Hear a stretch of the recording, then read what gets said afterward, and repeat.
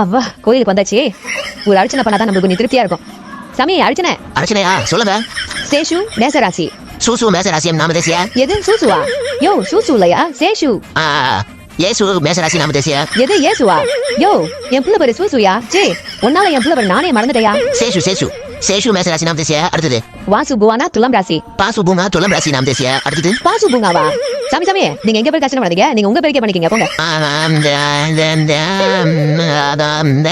என்ன இவனை நம்பி அர்ச்சனை பண்ண கொடுத்தா அதை எடுக்கிறான் இதை எடுக்கிறான், வாயில மட்டும் மந்திரம் படிச்சுட்டு தான் வெளியே வர வேடிக்கை பாக்குறான். ஏன் சாமி உனக்கு மந்திரம் படிச்சீங்களா இல்ல வாயில முந்திரி சாப்பிங்களா? வாய் மட்டும் மந்திரம் படிச்சிருந்துச்சு, அப்புறம் அதை எடுக்கிறீங்க இதை எடுக்கிறீங்க, கீழே புனிறீங்க, பக்கத்துல பேசுறீங்க, வெளியில எட்டி பாக்குறீங்க.